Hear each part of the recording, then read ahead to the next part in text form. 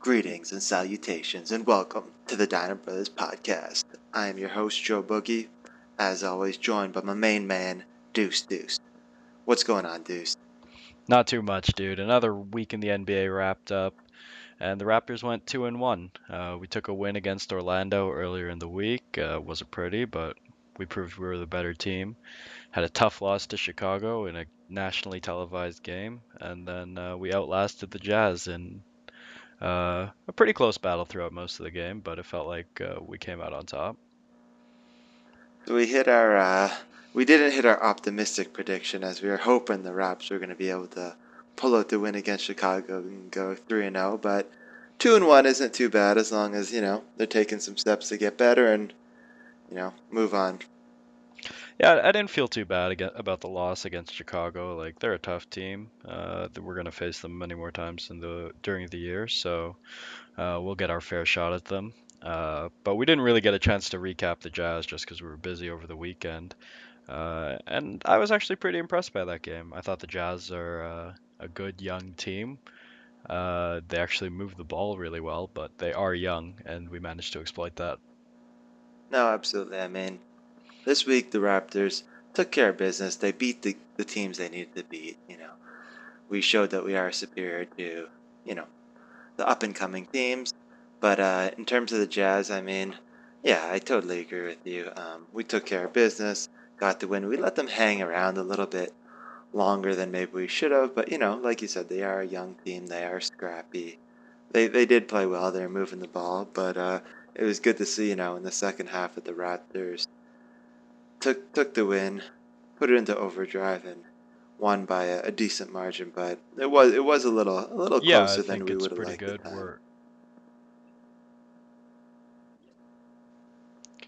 Yeah, like I'm pretty impressed that the Raptors are managing to just take care of bad teams. That's been one of our weaknesses in the past. Weakness for any Toronto franchise, really. Uh, the Jazz are pretty good. Like they were coming off a back-to-back, so already they're going to be tired, and they're on the road, so it's a tough situation for them. But they moved the ball well. They actually passed it around a lot better than we did, I thought. Um, but I think we really exposed their youth on the offensive end. They were just falling for all of DeMar and Kyle Lowry's pump fakes, just eating them up alive. Yeah, no, for sure. I mean, those guys are pretty tricky on those pump fakes, especially against young guys like on the Jazz. So they bit it hook, line, and sinker. We got to the line, which is really has been a strength of our team this year. It has been getting to the line and continuing to do so, which definitely helps. Got to get those easy points when you can. Yep. Unfortunately, James Johnson turned his ankle in the Jazz game, and we've just seen the updates today. He's severely sprained his ankle, and he's out indefinitely. Yeah, so it looks like it's one of those high ankle sprains. Those are hard to come back from, so it could be a while. Hopefully, he takes the time to get better. Um, some other guys can step up while he's gone and test out some other rotations. But yeah, it is disappointing that he's going to be out for an extended period of time, especially since he's been pretty key on both the offensive and defensive end. And just really our whole team's vibe. He's been a key part of that, so he will be missed. Yeah, he was really our sixth man. Like he was just coming off the bench, energizing us on offense and defense with those like some of those dunks were insane. I didn't know he had that in him. But yeah, hopefully he's not out for too long. But uh, you don't want to rush back from an injury like that because it can like ankle sprains are pretty common in basketball, and you don't want to re-injure an ankle like that. Yeah, it's a tricky injury. Definitely wanted to get the time, get better, but as you said, he had some monstrous slams this week. So those are definitely highlight reel slams, which once he's back in the lineup, he'll start adding to that highlight reel. I can't wait to watch some clip compilations later. Just James Johnson getting it done, taking care of business, doing what he do. Baptizing kids. Yeah, so I think it's going to fall to Lou Williams to step up a bit, get his game going. What do you think of him lately?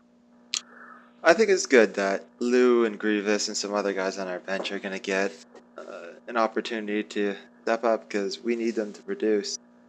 Um, really, you know, everyone's been rolling. Really, the team's been playing well, but now there's going to be some more minutes to go around, and I think Lou's played very well. I have no complaints about Lou. He's been a great team and chemistry guy. He's been hitting his shots. He hasn't been shooting the highest percentage, but he's been feeling it. So hopefully, yeah, he can step up, have a bigger role, score a little more, and keep up the good work. What are your thoughts on Lou? I think he's starting to fit in with the team. I think he looked a little tentative the first few games, like it is the new team for him, but I think he's playing a lot better right now. And I think he's just got to be confident with his shot, look for it, take it. Like we trust him. Like he's got to be our go-to scorer off the bench. Um, Grievous is good at pushing the pace, but I don't really trust his shot selection in the lane. Yeah, Grievous is always going to throw up some horrendous shots, which, we kind of let him run the second unit. As long as he's leading them well, we'll give him those ugly floater that just becomes a air ball or a shot that he jacks up from 3-point range that barely hits the backboard and is way off target. But, he's the general. We love him, so definitely, hopefully, him and Lou will hit a little bit of stride and work on their kind of chemistry together. One thing that I did want to mention that I really like to see is on the Chicago Bulls game and in the Jazz game, we started to see some new lineups, which is really what I've been looking for is to see, Casey's starting to get a feel for the team. There's been some injuries, and, now he can try some different things, see what works, different lineups, big, small, and kind of figure out that depth and get these guys, different players playing together who haven't played together. So it was good to finally see now. At the start, he was always playing the second unit as five guys. Yeah. So, in the second quarter, end of the first, he just put in the whole bench unit. Now we saw some lineups for the first time where it's Lowry with Lou. We had DeRozan was in there with most of the second unit guys, which I want to see. Just because some of the guys need rest, we can definitely mix in some of the starters with the bench guys. And some of those lineups seem productive. I mean, we don't have a good sample size. It's just a few minutes against, mostly the Jazz, so a lackluster team. But I definitely want to see Casey experiment with some different looks. Yeah, I think it just sort of helps to smooth the transition between lineups. Like it's kind of weird to come into a game and just have all five guys change out at once, but yeah, it's something to be monitoring throughout the following weeks. Hopefully, we get some different looks out there. Uh, did see a lot more minutes from JV against the Jazz. Actually, he put up a pretty monstrous game with 17 points and 14 rebounds. What do you think about his development this year? Great to see the double-double by JV. That's what I like, is to see him just really cementing himself, taking what's his, and doing what we need him to do, which is really step up, play well, get those double-doubles, take care of the boards, and protect the post. That was great to see, but I still want to see more of the JV. We need to see the consistency. Josh Lewenberg, actually, who is the beat reporter for the Raptors, wrote in a pretty good article about JV and some interviews and conversations that he's had with Casey. And the outcome of that really was Casey was saying he's not going to rush JV. He's going to give him that time. There's no pressure. He wants to put the team in the best position to succeed, get the W's, and sometimes he thinks that might be not having JV in the lineup or not in the lineup at the end of the game, and that, he's not rushing it. He's going to give him that time, which is kind of the same sentiments that we've been hearing the last couple of seasons about JV, which, I totally see that point of view and I do agree, but I want to see JV in there in the last 2 minutes of the game. I want to see him getting a shot, matching up with the other top guys, and really taking that step that we need him to take. If we're going to ever make it a deep playoff run, we need JV to play well. So I definitely want him to get that experience now, especially when we're playing against not the greatest teams. I'd figure that would be the time to get him those minutes. Yeah, it's interesting because the NBA is sort of JV is kind of a traditional center. He plays with his back to the basket, down low in the post. But the NBA is starting to really shift away from that sort of center oriented play. You see a lot of stretch fours, these days, and a lot more perimeter-oriented guard play. Um, so yeah, there was talk in that article like JV does have a hard time matching up with centers who can play out more towards the elbows and not directly under. Um, but I do think he should learn how to like use his he should learn how to use his size as an advantage. Like if he's on a smaller defender, he should just be able to post up and score on them 90% of the time. And I think he's got to work on his rim protection and defense. Like as one of the tallest guys on the floor, like you've got to be protecting the rim. Absolutely.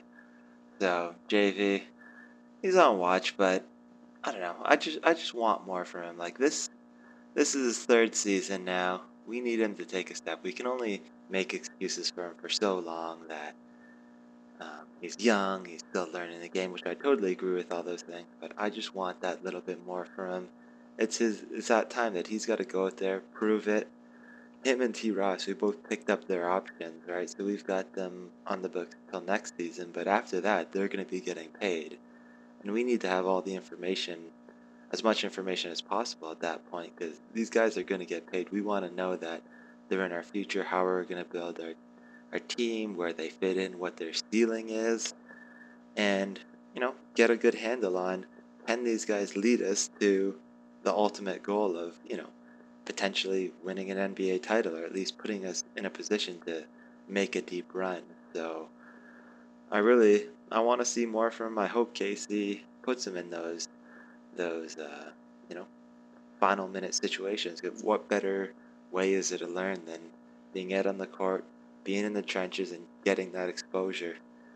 Win or lose, good or bad, he's got to get that experience, and I just want to see him get that opportunity. Yeah, for sure. There's a couple small concerns for the Raptors like going forward. Not necessarily with this season, but just like taking the next step. And yeah, one of those key questions is who's going to be our third piece? Because we got Kyle, we got DeMar, they're coming in night in, night out, doing work. But we need a third guy to step up and be able to help shoulder that burden. Hopefully it's JV, hopefully it's Terrence Ross, but if not, we got to find something else. That's the thing. Like, what do you see as their ceiling? Can you see them growing into elite players, or at least both of them at least pretty high impact players? Like, can they ascend to that level, or do you think we're gonna need to make some moves at some point? Well, I do think it is a little early to say. Like they did just finish their second season and they're just starting their third season.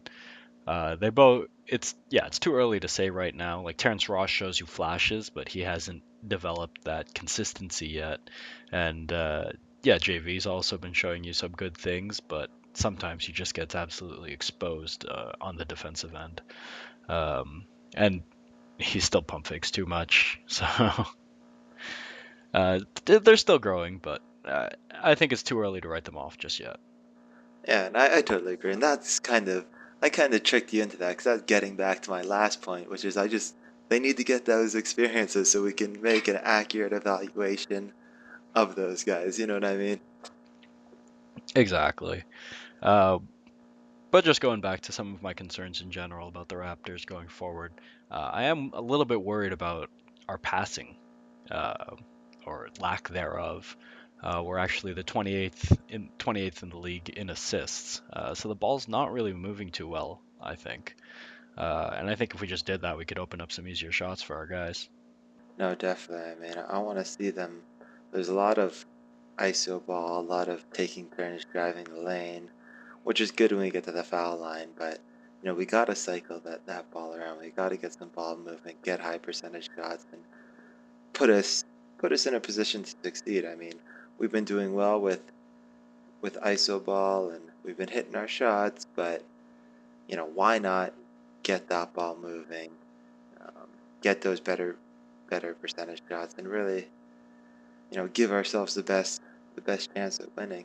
So I definitely want to see. I definitely totally agree with you. You can tell that the ball's been sticking a lot, and sometimes guys have been getting frustrated when guys have been holding the ball too long, or just jacking up ill-advised shots. DeMar, for sure. Yeah, like one of my favorite shots to see in basketball is just a wide open corner three for a swish. Like it's high percentage, money ball shot. So I would like if we could get a couple more looks like that. I'm also a little bit concerned about our defense, which seems to come and go. Thankfully, it's usually there in the fourth quarter, but uh, like sometimes we're letting bad teams stick around just because we're not defending them properly. Yeah, absolutely. Like our defense is solid. We're ranked pretty well, but we've been playing bad teams, like you said, just in terms of defensive effort. They got to have that extra hustle. Um, run around those screens, run around those picks, and really swarm on defenders. Get that help defense going. And sometimes they just seem a bit lackadaisical or lackluster, not bringing the heat, which there should be no excuse for that. You got to be going 110 on defense, and there's no excuse for it. We know they have the chops to do it. They just got to consistently do it. Yep. So the Raptors did come up in Bill Simmons' Grantland Basketball Hour last week, and he talked about some potential trade targets. Jeff Green, David West, Nikola Pekovic, Larry Sanders. Any of these guys stand out to you? Do you think we could make a move on one of these guys? How would they add to us? Do we need to make a move? Yeah, I definitely think we need to get another reliable front court player if we can. There's a couple different approaches we could go. I definitely think if we could somehow get um, kind of like a four who can shoot well, that would really give us a lot of different looks that we could do. Really space at the floor a little bit better. So if we get like a Ryan Anderson type, we definitely can't get Ryan Anderson, but that sort of player. It's tough because it's kind of thin at that position too in terms of what would be the ideal fit for the Raptors. I know Bill Simmons threw around Horford, which Horford would be a good fit if we could get him. David West, like you said, is a good grizzled veteran who could um, bring his experience, bring his leadership, and he is a total hustle guy. Like he works for every point that he gets, and he's just a gritty guy. Got the toughness, so I'd definitely like to see him. And if there's a fire sale in Indiana, he is older. We could potentially get him at a good value. So a David West type at a good value would be sick. Or if we're gonna, go for a bigger piece, then um, some of those other targets you mentioned could definitely fit in. And again, we got to figure out our future and direction that we want to go if we are going to make kind of a franchise changing move that's going to change our outlook for the next 3 to 5 years. Yeah, just looking at some of these contracts, like David West, he's listed at 2 years, 24 million. Like 2 years, that'll come off the books in 2016, and you can still make a run at free agency for Kevin Durant. Uh, what about Jeff Green? I saw him on your fantasy team, and he's putting up pretty good points. Got to be KD. Um, no, definitely. I mean, Jeff Green has been. I've always been a fan of Jeff Green. He always pulls on my heartstrings, and he's always been in my heart, and I've been in his heart. No pun intended. Because I always followed him back in the OKC days. He's come to the Celtics, so he's a divisional guy. I've seen him play quite a few times in person. He's got like he's another guy who has huge flashes. He could go off for 40 points. He can shoot the three ball, but it's really consistency. He's one of those guys who will go invisible for a game and might not have the leadership potential to be. And just like I was saying, with the consistency to be one of those reliable pieces, he definitely has the skill. He's just got to bring it all together and kind of lead a team and prove that he can be that guy. But I like him. He's a decent two-way player. Like I was saying, he can hit the three ball. He can carry the ball. He's got some decent handles. He's like a good all-around guy. Yeah, so he's the kind of guy you'll start on the off nights of your fantasy, but not every night. Yeah, like I mean, well, that's kind of the good thing is, yeah, he does fluctuate a bit. If you have no one throw him in your lineup and he has a high ceiling, there's upside. He could go off for 40. He might go off for 6 points, 4 rebounds. Right? Yeah, yeah. You don't want to have to rely on him, but he's good to have. All right, fair enough.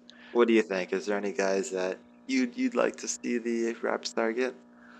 There's no one in particular, but I do feel we have a need in the front court. Like we just need more depth up front. I don't want to have to go into Chuck Hayes. Period. No, for sure. I mean, that's another thing that's kind of like my beef with Casey is that he always plays those veterans, but there is no, maybe in the moment, yeah, they're kind of reliable, they're known quantities, but there isn't that upside of getting our young guys experience. Like, at what point are Bebe and Bruno gonna get some experience in games? If we're winning by 20, 30 points, would it hurt to ever, get them on the field? They're never dressed for the games, pretty much, at least not recently. Instead, you have Chuck Hayes, you have Landry. Those guys are no upside for our team. We know what they are, and they're only playing what 3 to 5 minutes a game. I think Landry's only played like 2 minutes the whole season. What's the upside of ever getting those guys dressed and getting them that experience? Well, Landry's upside is that his contract is going to expire soon, so there's that. Um, But I just mean you don't need to dress him. He could be just in a suit sitting there doing what he does, which is a great cheer for the team. He's a great hype man. But I just don't see why we can't get those guys some playing time at some time. I feel like there's no substitute um, for playing time, but kind of on that trade target thing too. It'll be interesting to see how some things pan out with like a Greg Monroe type. He re-signed this year. He got that. He picked up his option in Detroit, even though it was a less than ideal situation, because he knows he's probably yeah, gonna get paid next year. But it'll be interesting to see. I mean, there's a lot of flexibility, and who knows what will happen there, right? So yep, for sure.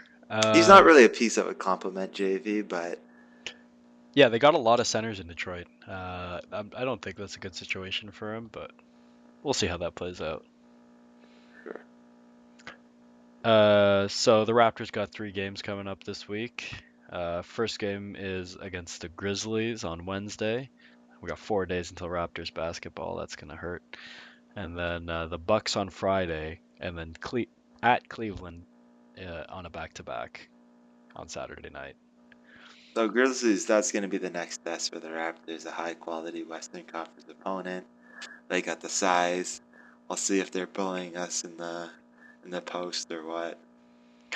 I'm worried about that Grizzlies game. Like that's gonna be a tough one to win because I feel like our front court is kind of a little bit weak right now. You know. Yeah, it's definitely going to be one to watch. I mean, out of these last few games, there's been a few takeaways. We've learned a few things, but against the Grizzlies, this is the Twin Tower tandem. How are we going to match up? Are we going to have answers? What lineups are we going to pull out to try and battle and counter them? So hopefully we learn something and see how we stack up. Yeah, it's gonna be a tough game. I'm honestly not really expecting a win there, but I'd love to be pleasantly surprised. Vince is back in town. What do you think about that? Vince Carter's been down this year. I actually had to drop him from my fantasy team, so it'll be good to see. No, it won't. Who cares? That's my golden rule: is never draft Vince and always chirp the person who drafts Vince in fantasy. Because it's like, come on, VC, really? He was good a few years ago if you could just separate the emotional connection, but now he's just garbage. Yeah, no, definitely as a flex guy in your league, or just filling some gaps. He hits threes.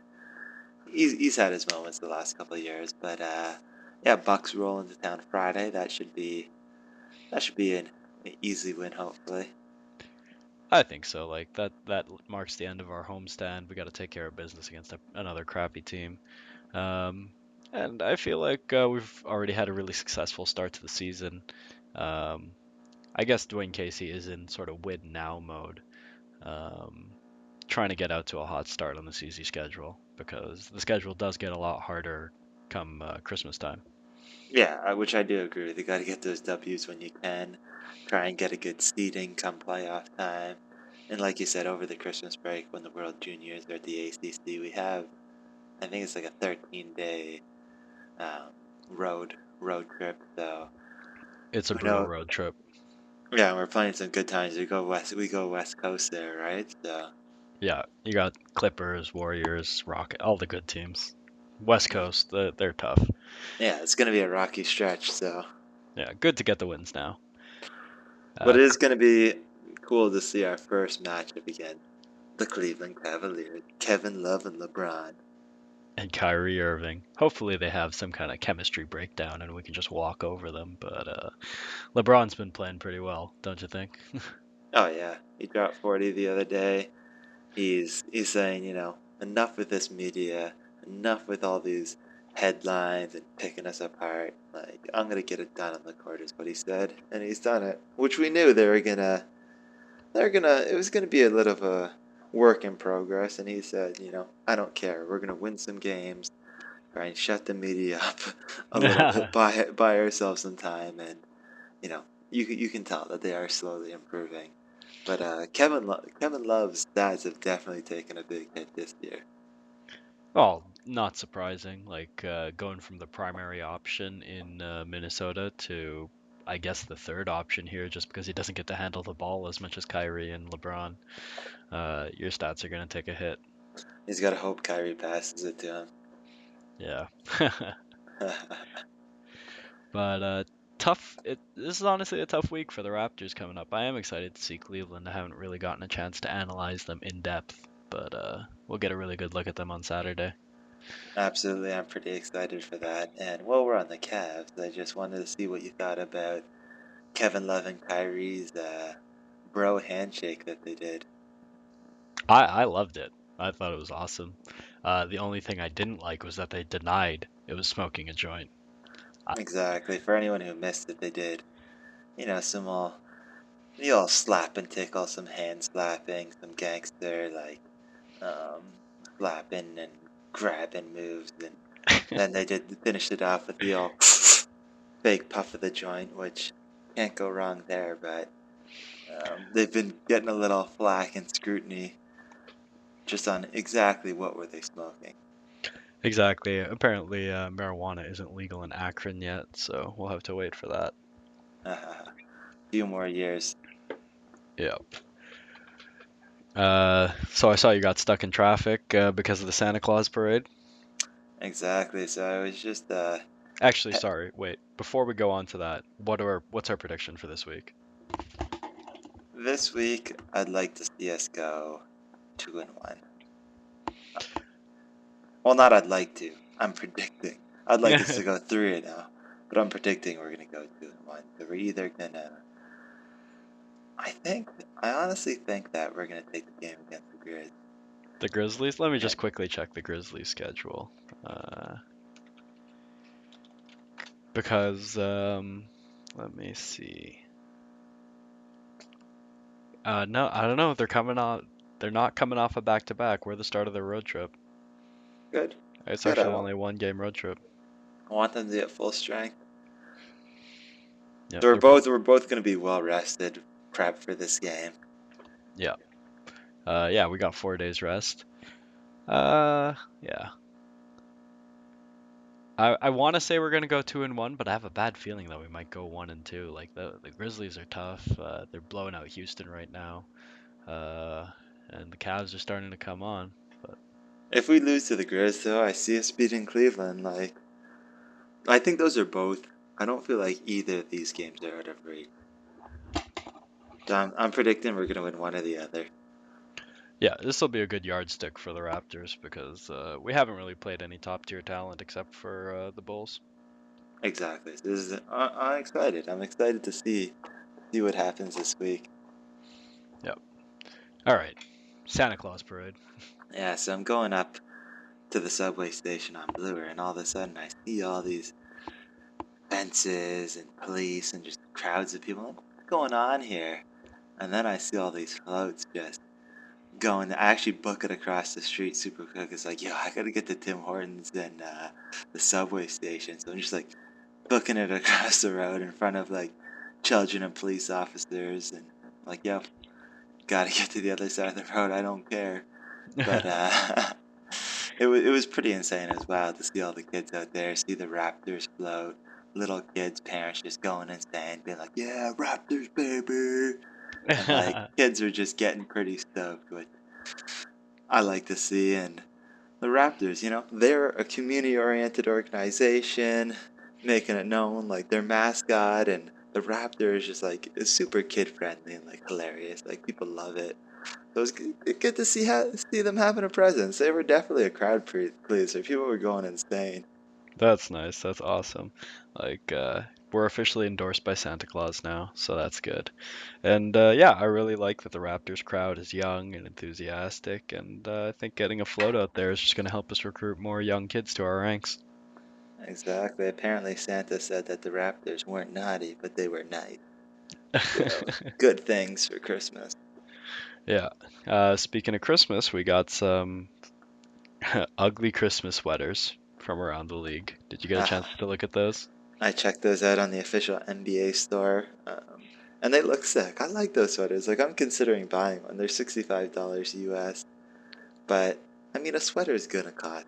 Sweaters hit that price point anyway. Like having a sick NBA sweater. Some of them have cool designs. Some of them just look ugly, but like there's a good novelty factor there. What were your thoughts on those sweaters?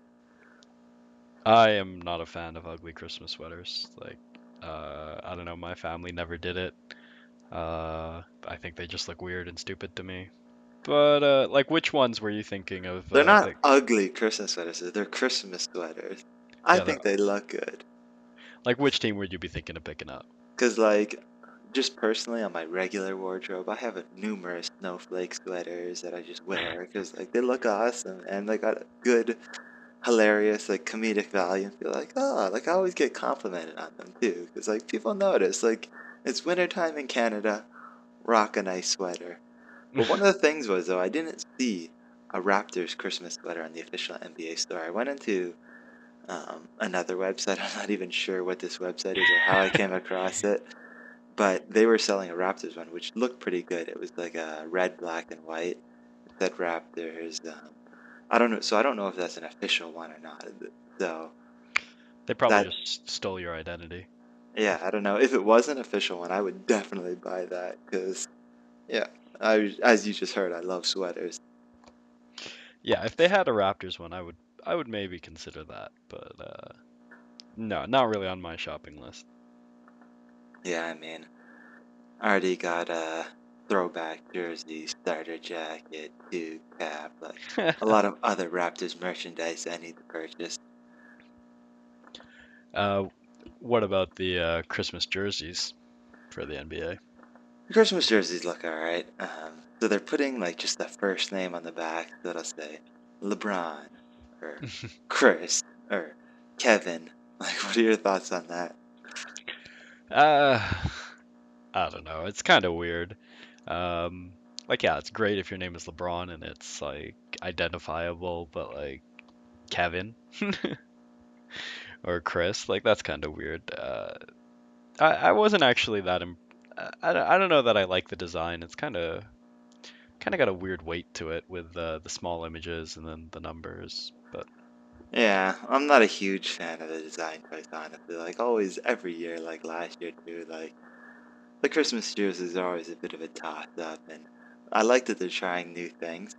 And, the first name thing could be kind of cool for like a branding thing, or one day if they just want to be more hip, like if everyone could have, kind of like in the XFL, how you used to just be able to pick your own name that you'd put on the back, like "You Hate Me" was classic. So it's good for a marketing perspective, and like you said, if you're LeBron or Dwight, a little more yeah, unique is cool. But yeah, if you're Chris or Kevin, it's um, not actually, as awesome. I'm looking at them now and I don't like the square that goes behind the names. I feel like that actually just completely throws the jersey off. Um, but that's just me design nitpicking. But let's take a look at the Christmas Day games. There's some good games going on that day. Any of them stand out to you? So definitely OKC Spurs. I mean, a That's nice battle assuming of the West. Westbrook and KD are back. Yeah, it probably will be a little bit disappointing. So there's Wizard Knicks. Last year, the Knicks laid an egg on Christmas. I'm assuming this year again. I don't know. It's the Wizards, so it should be a competitive game. I'm hoping they're all good. So Cavs Heat, that's probably the premier one, Oh the yeah, premier put a game. bow on that. That'll Oh be a yeah, nice treat on Christmas Day. that'll be a nice one. LeBron versus former team, spit and fire. Hopefully they still got some. only one team is going home to their families happy on Christmas. Another one just gonna be pissed. And then Warriors Clips, Lakers Bulls. So another two pretty good games. Lakers again, we don't know what that's gonna be. That could be a toss up as well. But Warriors Clips should be good. I don't really want to watch any more Lakers basketball. Yeah, Cavs Heat, that is gonna be fire. Like those guys are gonna be pissed at each other. I can't wait to see that. And Warriors Clippers, like those are just two amazing teams going up against each other. Even if the Clippers are having some struggles right now, it's always nice to just watch Warriors games. Oh yeah, it was pretty amazing last year on Christmas. I just sat there and watched basketball all day. That's all I did. It was so good. Like this year, I'm hoping that my family doesn't get in the way and I'm expected to, you know, spend time with them and talk to them. So hopefully that's not the case and I'll be able to catch all the games. Yeah, we know how you love your family. Exactly. Exactly. So no, good lineup of games as always. I mean, some of them might be less competitive than others, but it's it's a tradition and one that I really look forward to. So maybe at the end of the season, once the Christmas jerseys are being reduced or on clearance, then I'll get one. I saw they were selling some. They're still selling some of the ones from last year. I mean, that one manufacturing run that they did, they probably still have a ton of shitload left over. So Was it those maybe, ugly sleeve jerseys? yeah, the sleeved ones from last year. Okay. Yeah. So I think it's time for a fan favorite, one of our favorite segments. It is the docket. So I'm putting on my inspector hat today and figuring out our docket target. And today it is Elaine Alden Field, aka Mrs. Landry Field. So if you want to look her up, she is at Elaine Alden, Alden. Alden is her last name. She's got a pretty juicy Instagram. So I will start off with the tale of the tape. Born February 11th, 1986, 27 years old, Aquarius, from Miami, Florida, 5'9", blonde hair, green eyes, 120 pounds, size 2, formerly an international model, posing in Maxim, GQ, Sports Illustrated, FHM, and Monster Energy advertisements. We have Mrs. Elaine Alden. So, 27-year-old, former swimsuit model. Well done, Landry. Landry's doing all right for himself. He's doing pretty good.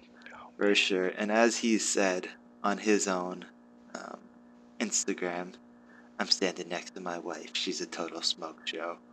Which, it can be a little bit endearing because it's your wife. You want to show her some love and respect, but it's also a tad douchey saying that about your wife. But I mean, I have no gripes or qualms with his evaluation because she definitely is a total smoke show. I'm looking at her Instagram right now, and I got to agree. This Oh one. yeah, if you check out her IG, there's definitely some good swimsuit pictures, some of the model shots, but a lot of like candid selfies, a lot of just different looks before she goes out, and she has a good face. She's working with a good body, so definitely congrats to her. She has recently popped out a kid as well. I can't believe she popped out a baby and she's in this good shape. Oh yeah, she popped out a kid. So if you really want to see some of my favorite pictures, are actually her maternity photos. Whoo! That's a smoke show and a half. Like she looks gorgeous as a pregnant woman. So definitely check those out.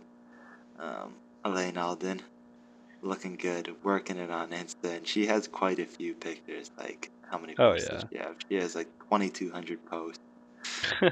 So I recommend that all of you guys do a deep dive on Elaine Alden, and hopefully we're gonna see her on the sidelines in the Toronto Toronto Raptors wife crew.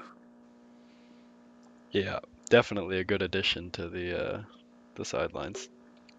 So it's definitely a highly recommend. She's smoldering. So the verdict is psh, definite checkout. Boogie approved. Dino Bro stamp of approval. Exactly. Freshly inked up. Yeah. All right, I think that about wraps it up for the week, unless you got anything else you want to talk about. No, I think that's it. So tune into the games this week, guys. It's definitely going to be a good test this week. We'll see where we stand at the end of the week. Please continue to follow us. Keep up to date on all of our podcasts. We're going to have a recap after each game. Check out our YouTube, www.youtube.com/DinoBrosTO, all one word. Check us out on Instagram at DinoBros. Check us out on Twitter at DinoBros_TO. And thank you guys for your continued support. And thanks for tuning in, and get the word out about us and spread the love, guys. Thanks for tuning in. Peace out. Loving the Instagram followers. Got a lot of those now. Love, peace, DB out.